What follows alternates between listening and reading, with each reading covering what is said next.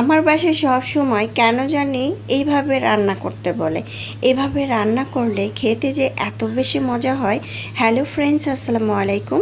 আজকের রেসিপিতে স্বাগতম জানাচ্ছি।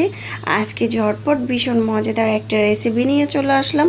যারা নতুন রাঁধুনি তাদের তো অবশ্যই কাজে আসবে। তো আর কথা নয়, রেসিপি শুরু করছি। রেসিপি যদি ভালো লাগে তাহলে চ্যানেল সাবস্ক্রাইব করে লাইক দিয়ে পাশে থাকবেন। প্রথমে একটি প্যানের মধ্যে নিয়েছি প্রায় 1 কাপ থেকে 1.5 কাপ পেঁয়াজ কুচি। তারপর আমি এখানে কাঁচামরিচ নিয়েছি প্রায় 10-12টার মতো, মাঝখান থেকে একটু কেটে দিয়েছি। আর এখানে কিছু গুঁড়া মশলা দিয়েছি, লবণ দিয়েছি পরিমাণ মতো, মরিচের গুঁড়া দিয়েছি 1 টেবিল চামচ, ধনিয়ার গুঁড়া 1/2 চামচ, জিরার গুঁড়া 1 চামচ, হলুদের গুঁড়া দিয়েছি 1/2 চামচ। কারণ আমি হলুদের গুঁড়া সবসময় একটু কম দেওয়ার চেষ্টা করি। তারপর আদা বাটা, রসুন বাটা 1/2 চামচ করে দিয়েছি। আর তেল দিয়েছি 4 থেকে 5 টেবিল চামচের মতো। এখন খুব ভালো করে মুছিয়ে মুছিয়ে মেখে নিয়েছি। আদা বাটা, রসুন বাটা 1/2 চামচ করে দিয়েছি। আগে থেকে মাছগুলো ভালোভাবে ধুয়ে পরিষ্কার করে গরম পানি দিয়ে ধুয়ে নিয়েছি, লবণ দিয়ে ধুয়ে নিয়েছি। তারপরে মাছগুলো এখন আমি খুব ভালো করে মশলাগুলোর সাথে মেখে নেব। দেখতে পাচ্ছেন আমি কিভাবে মেখে নিচ্ছি। আমি মাছগুলো একটু বড় সাইজ করে কেটে নিয়েছি।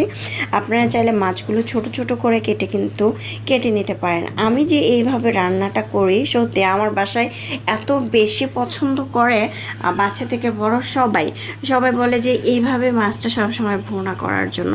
তাই আমি সবসময় এইভাবেই ঝটপট তৈরি করি, যেহেতু এইভাবে রান্না করলে সবাই পছন্দ করে। আবার এইভাবে রান্না করলে কিন্তু তাড়াতাড়ি হয়ে যায়। যারা ব্যাচেলার, যাদের হাতে কম সময়, তারাও চাইলে কিন্তু এভাবে তৈরি করতে পারেন। এখন টমেটো কুচি দিয়েও খুব ভালো করে আবারও মেখে নিচ্ছি, দেখতে পাচ্ছেন। এখন আমি এখানে দিয়ে দিব পানি। এখানে আমি পানি দিব প্রায় 2 কাপের মতো। এখন আমি কিছুক্ষণ রেস্টে রেখেছিলাম, রেস্টে রেখে আবারও আমি একটু মেখে নিচ্ছি। অনেক সময় দেখবেন মশলা মেখে একটু রেস্টে রেখে দিলে কিন্তু সুন্দর একটি ফ্লেভার আসে, আর মশলার ভিতরে ভালো করে কিন্তু মশলা যায়, মানে মাছের ভিতরে খুব ভালো করে মশলাটা যায়।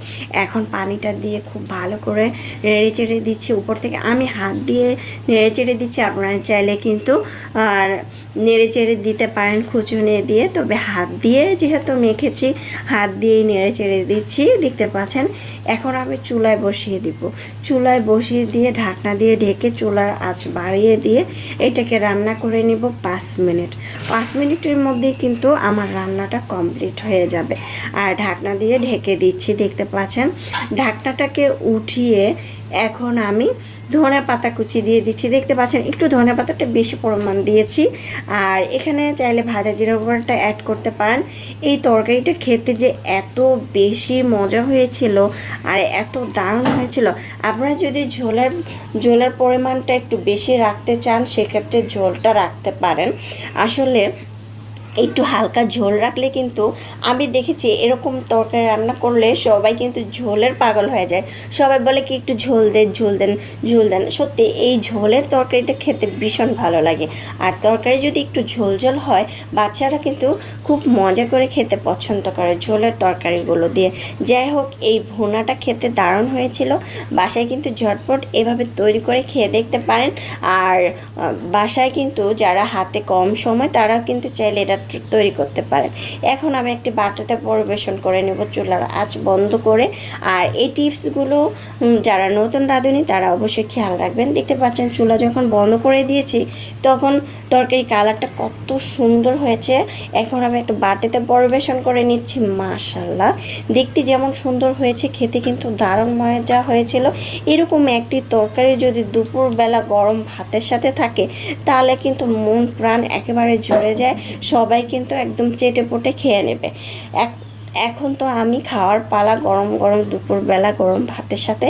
রেসিপি কেমন হয়েছে অবশ্যই রেসিপি তৈরি করে জানাবেন। আশা করছি আপনাদের ভালো লাগবে। এতক্ষণ আমার সঙ্গে থাকার জন্য অসংখ্য ধন্যবাদ জানাচ্ছি। ধন্যবাদ জানিয়ে আজকের জন্য বিদায় নিচ্ছি। যারা ফেসবুক পেজ থেকে দেখছেন অবশ্যই ফেসবুক পেজটাকে ফলো দিয়ে পাশে থাকবেন। আর এরকম রান্না পেতে আবার চ্যানেলটাকে সাবস্ক্রাইব করে লাইক দিয়ে পাশে থাকবেন। আল্লাহ হাফেজ, এনজয়।